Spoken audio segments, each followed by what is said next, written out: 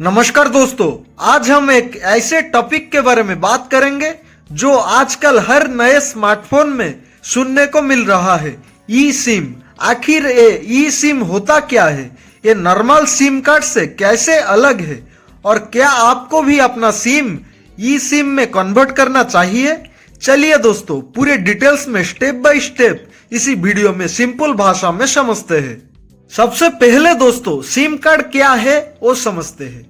Normal SIM card एक छोटी सी plastic chip होती है जो हम अपने फोन में लगाते हैं, जिससे हमारा नंबर एक्टिव होता है और मोबाइल को नेटवर्क मिलता है। अब ये ई सिम का मतलब है एम्बेडेड सिम। ये एक डिजिटल सिम है जो फोन के अंदर चिप के फॉर्म में लगा हुआ होता है।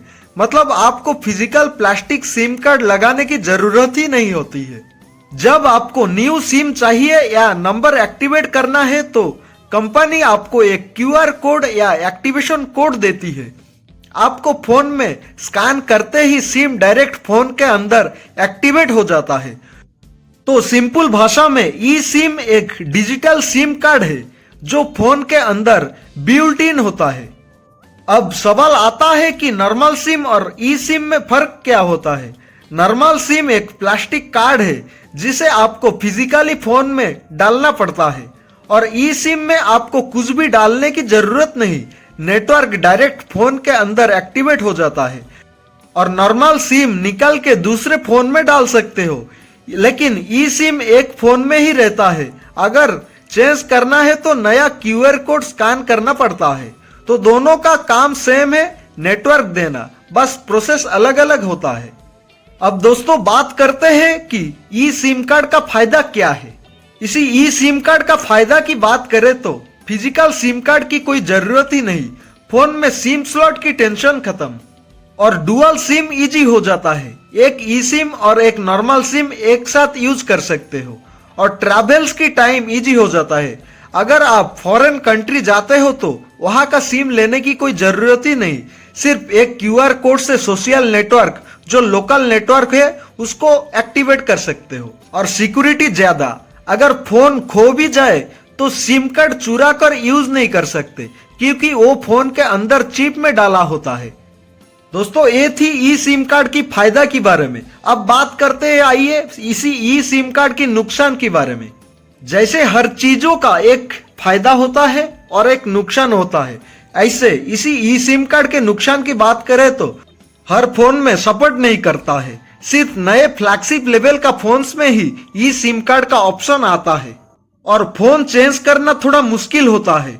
नॉर्मल सिम जैसा इजीली निकाल के दूसरे फोन में नहीं डाल सकते।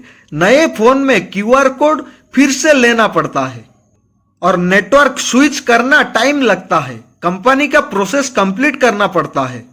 तो अभी के लिए ई सिम कार्ड ज्यादा यूजफुल उन्हीं लोगों के लिए है जो बार बार ट्रैवल करते हैं या जिनको डुअल सिम कॉम्पैक्ट फोन में ही चाहिए। अब दोस्तों बात करते हैं कि अगर आपको ई सिम चाहिए तो कैसे एक्टिव करें। इंडिया में फिलहाल जियो, एयरटेल और वीआई यानी कि वोडाफोन आइडिया, ये तीन ऑपरेटर्स ई सिम कार्ड प्रोवाइड करते हैं। और प्रोसेस की बात करें तो अपने ऑपरेटर के कस्टमर केयर या ऑफिशियल वेबसाइट पे जाओ, वहां पे ई सिम का ऑप्शन सिलेक्ट करो। आपको एक ईमेल या एसएमएस में क्यूआर कोड मिलेगा। फोन का सेटिंग में मोबाइल नेटवर्क सेक्शन में जाओ और ऐड ई सिम पे क्लिक करो। क्यूआर कोड स्कैन करो और बस आपका ई सिम एक्टिव हो जाएगा। और यहाँ एक बात ध्यान रखें, आपके फोन का मॉडल ई सिम सपोर्ट करता होना चाहिए, जैसे कि आईफोन XR से ऊपर और गूगल पिक्सेल और नए सैमसंग का फ्लैगशिप फोन्स में ई सिम सपोर्ट होता है। दोस्तों फ्यूचर में धीरे धीरे सभी फोन्स में ई सिम आने लगेगा। एप्पल तो यूएसए में अपने नए आईफोन मॉडल्स में सिर्फ ई सिम सपोर्ट दे रहा है, फिजिकल सिम स्लॉट हटा दिया है। आने वाले टाइम में शायद इंडिया में भी सभी कंपनीज फिजिकल सिम कार्ड को रिप्लेस करके सिर्फ ई सिम प्रोवाइड करे। मतलब फ्यूचर में आपको सिम कार्ड की छोटी चिप कैरी करने की जरूरत ही नहीं पड़ेगी।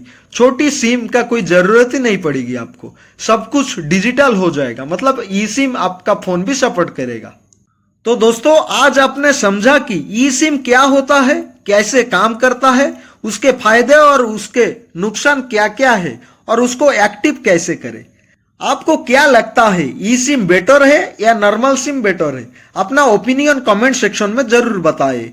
और हाँ दोस्तों, अगर वीडियो पसंद आया हो तो लाइक करिए, शेयर करिए और चैनल को सब्सक्राइब कर देना, क्योंकि मैं आपके लिए हमेशा ऐसे टेक के रिलेटेड, यूट्यूब के रिलेटेड वीडियो लाने के लिए कोशिश करूंगा। नमस्कार दोस्तों, बाय बाय।